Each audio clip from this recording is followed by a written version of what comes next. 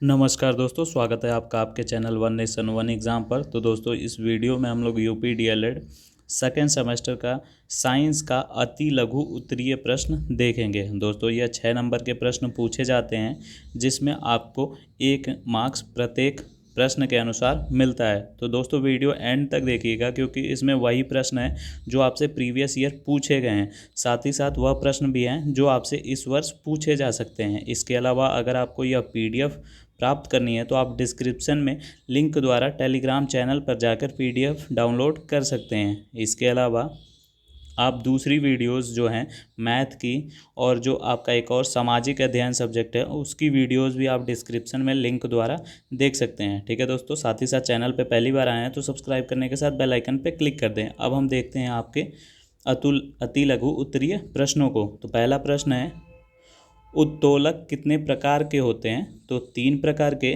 प्रथम, द्वितीय एवं तृतीय उत्तोलक। विटामिन को कितने प्रकार में बांटा जा सकता है? तो दोस्तों, vitamin A, B, C, D, E और विटामिन के जो है यह आपके 6 प्रकार से विटामिन को बांटा जा सकता है। यही आपका उत्तर हो जाएगा। अगला प्रश्न है, किसी एक ऐसे भोज्य पदार्थ का नाम बताइए जो मात्र जंतुओं से प्राप्त होता है। तो आप इसका उत्तर लिखेंगे दूध। शरीरवर्धक भोजन किसे कहते हैं? तो प्रोटीन युक्त भोजन को शरीरवर्धक भोजन कहते हैं। अगला प्रश्न है, मनुष्य को प्रतिदिन अपने भोजन में कितने पानी की आवश्यकता होती है? तो दोस्तों, 1.5 से 2 लीटर प्रतिदिन पानी की आवश्यकता होती है। कुपोषण किसे कहते हैं? तो अपर्याप्त भोजन अपर्याप्त पोषण का कारण बन जाता है। इससे उत्पन्न स्थिति को कुपोषण कहते हैं। यही आपका उत्तर हो जाएगा। घेंगा नामक रोग किस पौष्टिक तत्व की कमी से होता है? तो उत्तर होगा आयोडीन। अगला प्रश्न है, भोजन के परिरक्षण की कौन कौन सी विधियां हैं? तो दोस्तों, आपका उत्तर होगा अंतराल से उबालना और ठंडा करना, सुखाना, ठंडा करना, अचार तैयार करना, रसायनों द्वारा या फिर डिब्बाबंदी करके। अगला प्रश्न है, कुछ प्रमुख संक्रामक रोगों के नाम बताइए।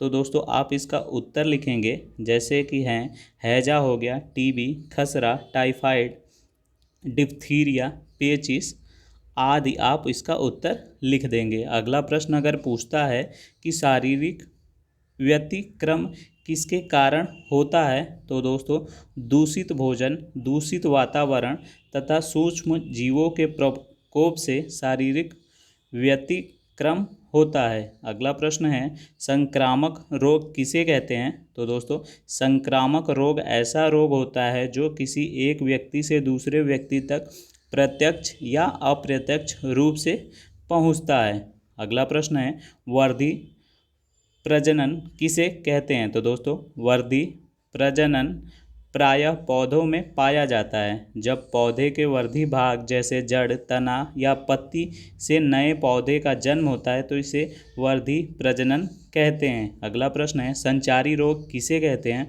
तो वह सभी रोग जिनके तात्कालिक कारक सूक्ष्म जीव होते हैं तथा ये रोग एक दूसरे मनुष्य तथा छुआछूत के कारण फैलते हैं, उन्हें संचारी रोग कहते हैं। अगला प्रश्न है, संक्रामक रोग कितने प्रकार के होते हैं? तो दोस्तों, 2 प्रकार के, सांसर्गिक रोग और संचारी रोग।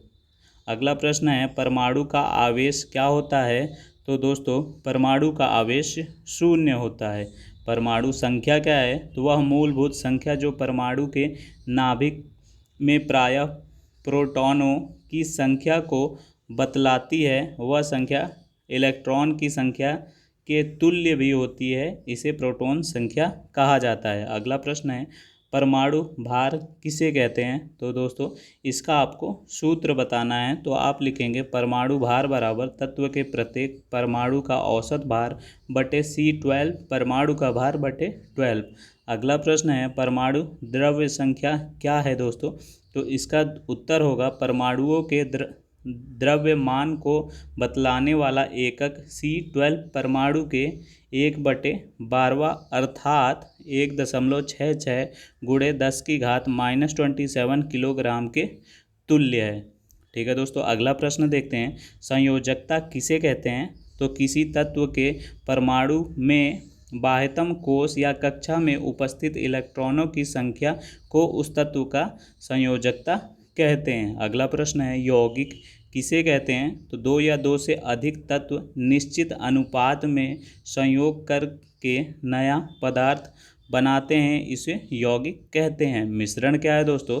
तो दो या दो से अधिक पदार्थ अनिश्चित अनुपात में मिलकर जो बनाते हैं उसे हम मिश्रण कहते हैं, जैसे सिरका, पीतल आदि। अगला प्रश्न है, प्रतीक किसे कहते हैं? तो दोस्तों चिन्ह जैसे होता है उसी प्रकार किसी वस्तु के नाम को कम से कम शब्दों में व्यक्त करना प्रतीक कहलाता है। अगला प्रश्न है, पास पड़ोस में होने वाले परिवर्तन कितने प्रकार के होते हैं?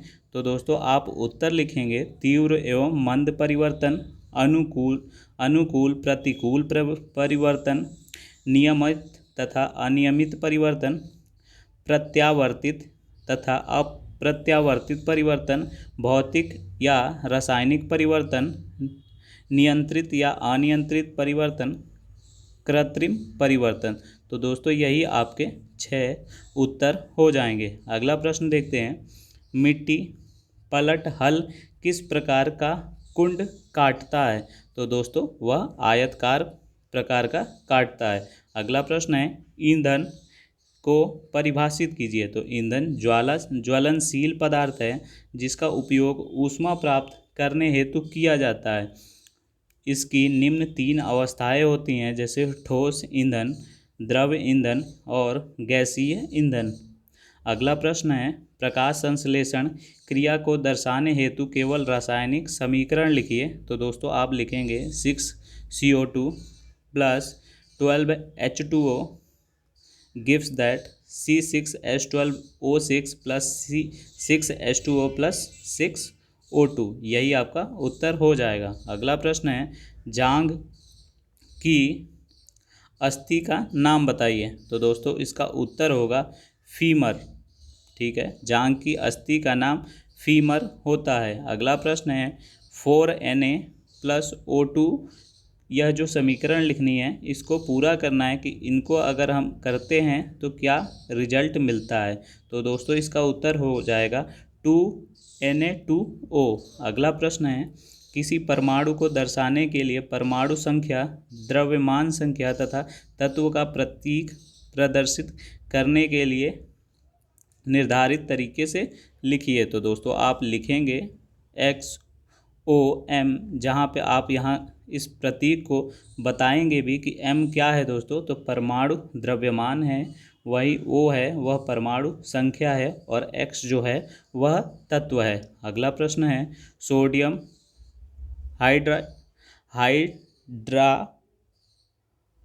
सोडियम हाइड्रोक्साइड तथा हाइड्रोक्लोरीन अम्ल के साथ अभिक्रिया का रासायनिक समीकरण लिखिए। तो दोस्तों यह समीकरण आप लिखेंगे NaOH यानी sodium hydroxide, HCl gives that NaCl और H2O। यही आपका उत्तर हो जाएगा। अगला प्रश्न है, तीव्र परिवर्तन किसे कहते हैं? तो तीव्र गति से होने वाले परिवर्तन को तीव्र परिवर्तन कहते हैं, जैसे माचिस की तीली का जलना, रसोई गैस का जलना, गुब्बारे का फूलना या फटना। अगला प्रश्न है, वाष्पन किसे कहते हैं? तो जब पृथ्वी से जल गर्म होकर वाष्प के रूप में ऊपर की ओर उड़ जाता है तो हम इसे वाष्पन कहते हैं। चाल किसे कहते हैं? तो किसी वस्तु द्वारा एकांक समय में चली गई दूरी को चाल कहते हैं। इसका मात्रक मीटर/सेकंड होता है। अगला प्रश्न है, फसल चक्रण या फसल चक्र क्या है? फसल चक्र किसे कहते हैं? तो यह आपको लिखना है। तो दोस्तों फसल चक्रण यानी क्रॉप रोटेशन क्या होता है? तो किसी खेत में एक निश्चित समय में एक फसल के पश्चात दूसरी फसल लगने की क्रिया को, जिससे भूमि का उर्वरा शक्ति नष्ट ना होने पाए, फसल चक्रण कहते हैं। अतः भूमि के किसी निश्चित भाग पर नियत समय में फसलों का इस क्रम से बोया जाना कि भूमि की उर्वरा शक्ति भी कम ना होने पाए और उपज भी अच्छी मिले, इस प्रकार की अदला बदली को फसल चक्रण कहते हैं। अगला प्रश्न है, तृतीय प्रकार का उत्तोलक के कोई दो उदाहरण लिखिए। तो आप लिखेंगे चिमटा और चाकू। सिरके का रासायनिक सूत्र होगा CH3COOH। अगला प्रश्न है, मेस्टन हल का मुख्य कार्य लिखिए।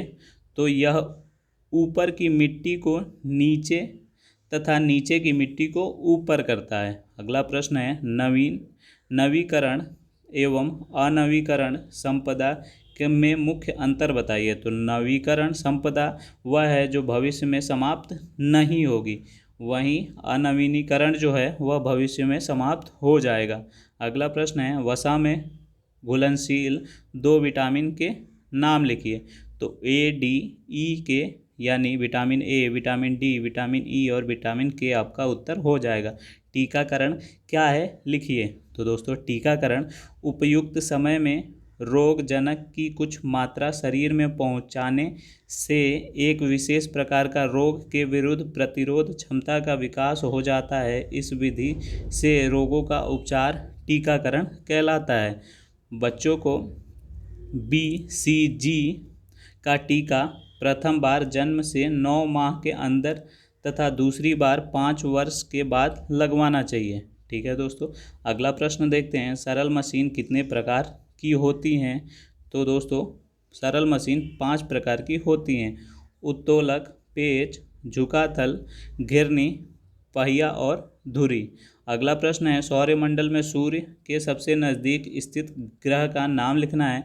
तो वह है दोस्तों बुध ग्रह। अगला प्रश्न है, मानव की खोपड़ी में उपस्थित हड्डियों की कुल संख्या कितनी होती है। तो दोस्तों वह होती है 29।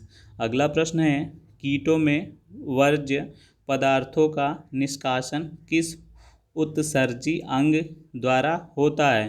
तो दोस्तों मैल पिघियन यानी निसर्ग नलिकाएं ही मुख्य उत्सर्जन इंद्रियां हैं। ठीक है दोस्तों, तो यही आपका उत्तर हो जाएगा। अगला प्रश्न है, किसी एक अम्ल एवं एक क्षार का रासायनिक सूत्र बताइए। तो दोस्तों अम्ल लिखेंगे आप HNO3 और क्षार लिखेंगे NaOH। अगला प्रश्न है, Fe2O3 में लोहे का संयोजकता कितनी है। तो दोस्तों यहाँ +3 जो है वो लोहे की संयोजकता है हो जाएगी। अगला प्रश्न है, ऊर्जा के संचरण की किस विधि द्वारा जल गर्म होता है। तो दोस्तों उत्तर होगा संवहन। अगला प्रश्न है, यांत्रिक ऊर्जा कितने प्रकार की होती है। तो 2 प्रकार की होती है, गतिज और स्थितिज ऊर्जा। अगला प्रश्न है, मेंडलीव का मूल आवर्त सारणी में कितने आवर्त एवं कितने वर्ग हैं। तो दोस्तों 7 आवर्त और 9 वर्ग हैं। अगला प्रश्न है, मेरेस्मस रोग किसकी कमी के कारण होता है। तो दोस्तों विटामिन डी के कमी के कारण होता है। अगला प्रश्न है, कास्टिक सोडा और खाने वाले सोडा का रासायनिक सूत्र बताइए। तो दोस्तों कास्टिक सोडा हो जाएगा NaOH और खाने वाला सोडा होगा NaHCO3। अगला प्रश्न है, किसी एक कीटनाशक पदार्थ का नाम बताइए। तो मैलेथियान आपका उत्तर हो जाएगा। अगला प्रश्न है, सूर्य की पृथ्वी से दूरी बताइए। तो 14.96 करोड़ किलोमीटर इसकी दूरी हो जाएगी। सौरमंडल का सबसे बड़ा ग्रह कौन सा है। तो वह है दोस्तों बृहस्पति ग्रह। अगला प्रश्न है, सौरमंडल का सबसे छोटा ग्रह कौन सा है। तो वह है दोस्तों बुध ग्रह। पृथ्वी का उपग्रह कौन सा है। तो चंद्रमा। अगला प्रश्न है, आकाशगंगा किसे कहते हैं। तो आकाशगंगा असंख्य तारों का विशाल पुंज होता है जिसमें अधिकांश तारे आँखों द्वारा दिखाई नहीं देते हैं। यूनानी भाषा में इसे गैलेक्सी भी कहा जाता है। सौरमंडल के ग्रहों के नाम बताइए। तो आप बुध, शुक्र, पृथ्वी, मंगल, बृहस्पति, शनि, अरुण तथा वरुण लिख देंगे। अगला प्रश्न है, तारामंडल क्या है। तो आकाश में कुछ तारे सुंदर आकृतियों के रूप में व्यवस्थित होते हैं। इन आकृतियों को तारामंडल कहते हैं। आकाश गंगा के तारामंडलों के नाम बताइए। तो वृश्चिक, ओरियन, सप्तऋषि, कृति का उत्तर हो जाएगा। अगला प्रश्न है छाया क्या है? तो जब किसी अपारदर्शी वस्तु को प्रकाश जाने वाले मार्ग में रख दिया जाए तो वस्तु प्रकाश को आर पार से रोक देती है, जिससे वस्तु के दूसरी ओर प्रकाशहीन क्षेत्र बन जाता है। इस प्रकाशहीन क्षेत्र को छाया कहते हैं। अगला प्रश्न है सूर्य ग्रहण कैसे होता है? तो अमावस्या के दिन सूर्य और पृथ्वी के मध्य चंद्रमा आ जाता है और चंद्रमा की छाया पृथ्वी पर पड़ने लगती है, जिसे हम सूर्य ग्रहण कहते हैं। चंद्र ग्रहण कब पड़ता है दोस्तों? तो पूर्णिमा के दिन जब सूर्य तथा चंद्रमा के मध्य पृथ्वी आ जाती है तो चंद्र ग्रहण होता है। फसल किसे कहते हैं? तो एक विस्तृत क्षेत्र पर उगाए गए एक ही जाति के पौधे के समूह को फसल कहा जाता है। फसल कितने प्रकार की होती है? तो 3 प्रकार की, खरीफ, जायद और रबी। अगला प्रश्न है सिंचाई की प्रमुख विधियां कौन सी है? तो दोस्तों हो जाएगी प्रवाह विधि, कुंड विधि, बाढ़ विधि, ड्रिप विधि, वलय स्थिति और क्यारी विधि। ठीक है दोस्तों। अगला प्रश्न है कृषि के प्रमुख यंत्रों के नाम लिखिए। तो आप लिखेंगे हल, पटेला, बखर, रेक, फावड़ा, ट्रैक्टर, हैरो, कल्टीवेटर, डिबलर। अगला प्रश्न है मृदा अपरदन क्या है दोस्तों? तो मृदा के एक स्थान से दूसरे स्थान पर हट जाने को मृदा अपरदन कहते हैं। अगला प्रश्न है बीज बोने की प्रमुख तथा प्राचीन विधि कौन सी है? तो हाथ से छिटकाना विधि। अगला प्रश्न है कार्य किस प्रकार की राशि है? तो अदिश राशि। अगला प्रश्न है MKS पद्धति कार्य का मात्रक क्या है दोस्तों? तो वह है जूल। बल किसे कहा जाता है? किसी पदार्थ पर करने में जिस क्रिया का प्रयोग किया जाता है उसे बल कहते हैं। परिवहन के साधन मुख्य रूप से किस पर निर्भर करते हैं? तो पेट्रोलियम उत्पादों पर निर्भर करते हैं। विद्युत ऊर्जा का प्रमुख उपयोग कहाँ होता है? तो दोस्तों विद्युत ऊर्जा का उपयोग मशीनों, फ्रिज, टीवी, कूलर आदि के चलाने में किया जाता है। बायोगैस से आशय क्या है? तो गोबर गैस प्लांट से उत्पन्न गैस बायोगैस कहलाती है। ऊर्जा के सीमित स्रोत कौन से हैं? तो दोस्तों वह होंगे ऊर्जा के ऐसे स्रोत जिन्हें हम पुनः प्राप्त नहीं किया जा सकता, जैसे पत्थर का कोयला, पेट्रोलियम उत्पाद ऊर्जा के सीमित स्रोत कहलाते हैं। ठीक है दोस्तों। अगला प्रश्न देखते हैं आसवन विधि को उपयोग किस कार्य में किया जाता है? तो पेट्रोलियम से मिट्टी का तेल, पेट्रोल, डीजल आदि को निर्मित करने के लिए आसवन विधि को अपनाया जाता है। जीवाश्म ईंधन किसे कहते हैं? तो कोयला और पेट्रोलियम जीवाश्म ईंधन कहलाते हैं। ऊर्जा के असीमित स्रोत कौन से हैं? तो वायु, जल, बायोगैस, सूर्य पुनः प्राप्त होने वाले ऊर्जा के असीमित स्रोत हैं। रुधिर को ऊर्जा कहाँ से प्राप्त होता है? तो रुधिर को ऊर्जा भोजन से प्राप्त होता है। जीवन के अस्तित्व को बनाए रखने के लिए कौन सा साधन आवश्यक है? तो जीवन को अस्तित्व हेतु भोजन, कपड़ा, मकान, यातायात, शिक्षा एवं मनोरंजन के साधन अति आवश्यक हैं। वैकल्पीय ऊर्जा के कौन कौन से स्रोत हैं? तो सौर ऊर्जा, गतिमान आयु, जल, समुद्र, ज्वार भाटा, जैव मात्रा यानी बायोमास वैकल्पीय ऊर्जा के समान है। अगला प्रश्न है सोलर कुकर से क्या तात्पर्य है? इसका कहाँ उपयोग होता है? तो सौर ऊर्जा को ऊष्मा के रूप में एकत्रित करके इसका सोलर कुकर द्वारा भोजन पकाने में उपयोग करते हैं। अगला प्रश्न है सौर सेल यानी सोलर सेल किसे कहते हैं? तो सूर्य की प्रकाश ऊर्जा को विद्युत ऊर्जा में परिवर्तित होने की उक्ति को सौर सेल कहा जाता है। अधिक संख्या में विद्युत धारा प्राप्त करने हेतु अधिक संख्या में सोलर सेलों को जोड़ा जाता है, जिसे सोलर पैनल कहते हैं। अगला प्रश्न है हैंडपंप किस उत्तोलक का उदाहरण है? तो प्रथम उत्तोलक। अगला प्रश्न है प्रथम, द्वितीय, तृतीय उत्तोलकों का एक एक उदाहरण लिखिए। तो प्रथम का हो जाएगा हैंडपंप, द्वितीय का पहिया वाली ट्रॉली और तृतीय का हो जाएगा चिमटी। अगला प्रश्न है, झुके तल की सहायता से आप किस प्रकार के कार्य आसानी से कर सकते हैं? तो झुके तल की सहायता से भारी भार का ट्रक आसानी से चढ़ा सकते हैं। कोशिका किसे कहते हैं? तो मानव शरीर जिन असंख्य छोटी छोटी इकाइयों से मिलकर बनता है उन इकाइयों को कोशिका कहते हैं। अगला प्रश्न है, केंद्रक क्या है दोस्तों? तो केंद्रक कोशिका का सबसे महत्वपूर्ण अंग है। यह कोशिका के बीच में स्थित होता है और कोशिका रस का ही सघन पिंड है। यह अधिक गहरे रंग का होता है, अतः इसको कोशिका में आसानी से पहचाना जा सकता है। केंद्रक ही कोशिका का जीवन है। केंद्रक जीव द्रव्य क्या है? तो केंद्रक के अंदर गाढ़े तरल एवं चिपचिपे पदार्थ को केंद्रक जीव द्रव कहते हैं। कोशिका के प्रमुख अंग हैं दोस्तों कोशिका भित्ति, कोशिका द्रव और केंद्रक।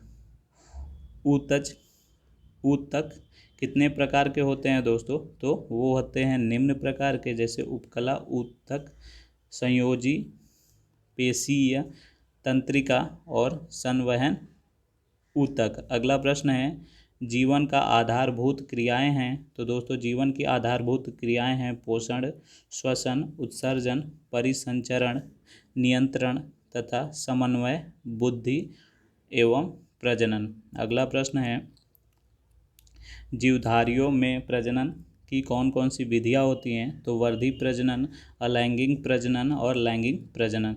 सोलर पैनल का प्रयोग विशेष रूप से कहाँ किया जाता है? तो सोलर पैनल का प्रयोग विशेष रूप से दूरस्थ ग्रामीण क्षेत्रों जहाँ विद्युत उपलब्ध नहीं है वहाँ रोशनी, रेडियो, टीवी तथा जल पंप चलाने के लिए सोलर पैनल का उपयोग विशेष रूप से किया जाता है।